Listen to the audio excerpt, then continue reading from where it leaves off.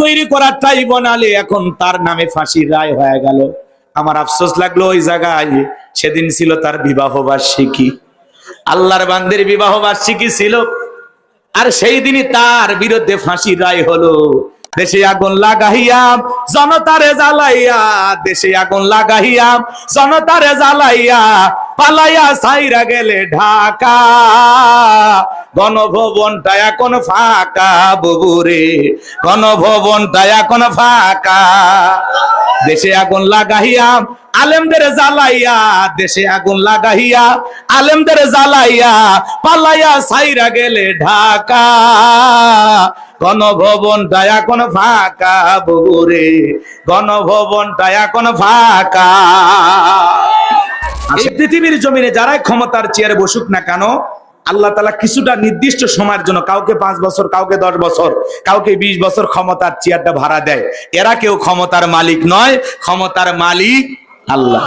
আল্লাহ রাব্বুল আলামিন বলেন, কুলিল্লাহুম্মা মালিকাল মুলকি তুতিল মুলকা মান তাশাউ ওয়া তানজিউল মুলকা মিম্মান তাশাউ ওয়া তুইজ্জু মান তাশাউ ওয়া তুযিল্লু মান তাশাউ বিয়াদিকাল খায়র ইন্নাকা আলা কুল্লি শাইইন কাদির।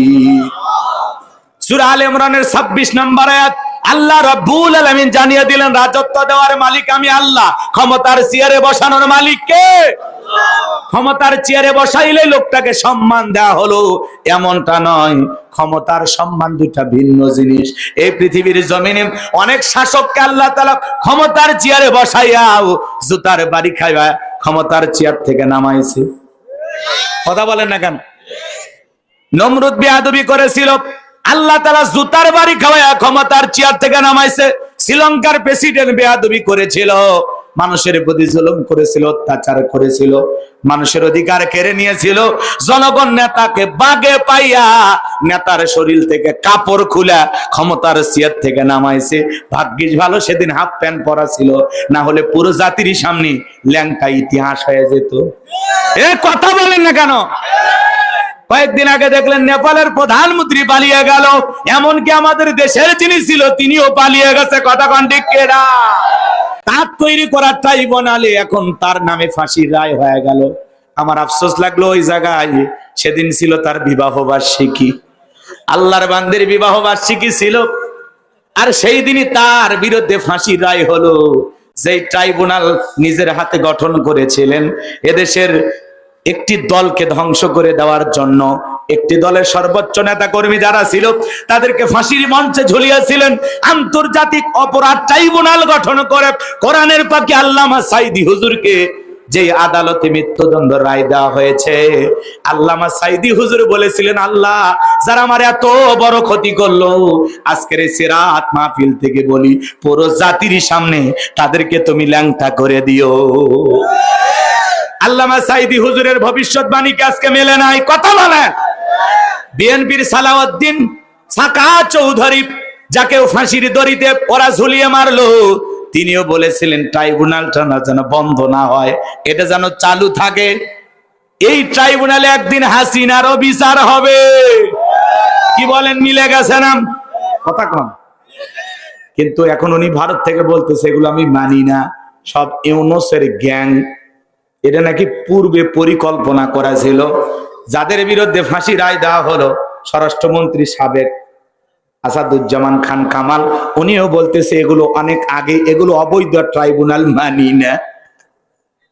মুতের মুখে রাম নাকি একটা কথা আছে না, ওই হয়েছে। ওরা নিজেরাই তৈরি করছে, এখন নিজেরাই বলতেছে এটা অবৈধ ট্রাইব্যুনাল।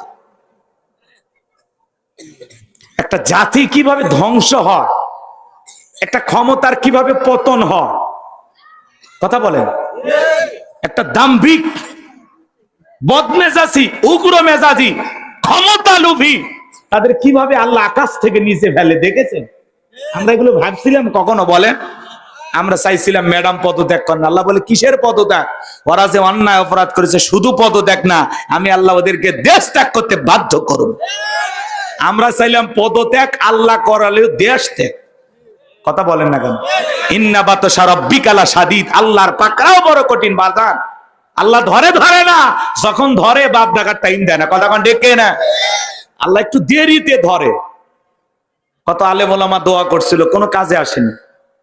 আল্লাহ ফয়সালা যেদিন করে রাখবে ওই দিনই হবে। সামনেও যারা জুলুম করবে বা পৃথিবীতে অন্য রাষ্ট্রেও যারা জুলুম করতেছে ওদেরও পতন হবে। কথা বলেন না কেন? ক্ষমতা কারো চিরস্থায়ী না। এই পৃথিবীর জমিনে অনেক মানুষকে ক্ষমতা দিয়েও লাঞ্ছিত করেছেন কে? চিল্লায় কোন কে? কষ্ট হচ্ছে এই কথাগুলো বললে কি অনেকে রাগ করেন নাকি? একটু বাস্তবতার আলোকে ওয়াজ যদি মিলানো না যায় তাহলে খালি কান ধরে টান দিয়ে কোনো লাভ হবে? কথাকে বুঝাইতে পারলাম? যারা বড় বড় দাম্ভিকতা কত অহংকার করতো নাই তো বাজান, এই দেশে কত অশান্তি করেছে, নিরীহ আলেমদেরকে হত্যা করেছে, শাপলা চত্বরে রাতের আধারে আলেমদেরকে হত্যা করেছে, মিথ্যা মামলা হামলা দিয়া অন্ধ মানুষের নামে পর্যন্ত গাড়ি পোড়ানোর মামলা দিছে। অন্ধ মানুষ গাড়ি কোনটা বাড়ি কোনটা চেনে? হ্যাঁ, তাহলে কত বড় মিথ্যা মামলা। ঘরে ঘরে চাকরি দেওয়ার নামে ঘরে ঘরে মামলার লাশ দিছে। কথা কোন ঠিক কিনা? দেশে আগুন লাগাইয়া জনতারে জ্বালাইয়া, দেশে আগুন লাগাইয়া জনতারে জ্বালাইয়া, পালাইয়া সাইরা গেলে ঢাকা, গণভবনটা এখন ফাঁকা বুবুরে, গণভবনটা এখন ফাঁকা।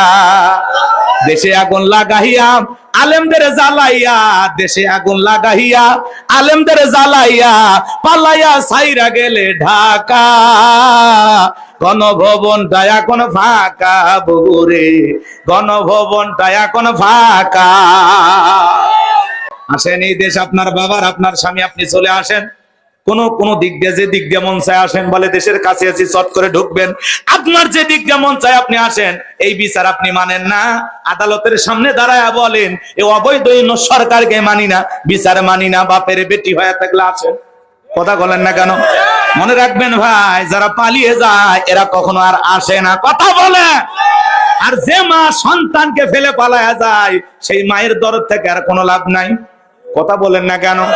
উনি তো দেশের জনগণের ভালো চাই নাই, জনগণকে ভালোবাসে নাই।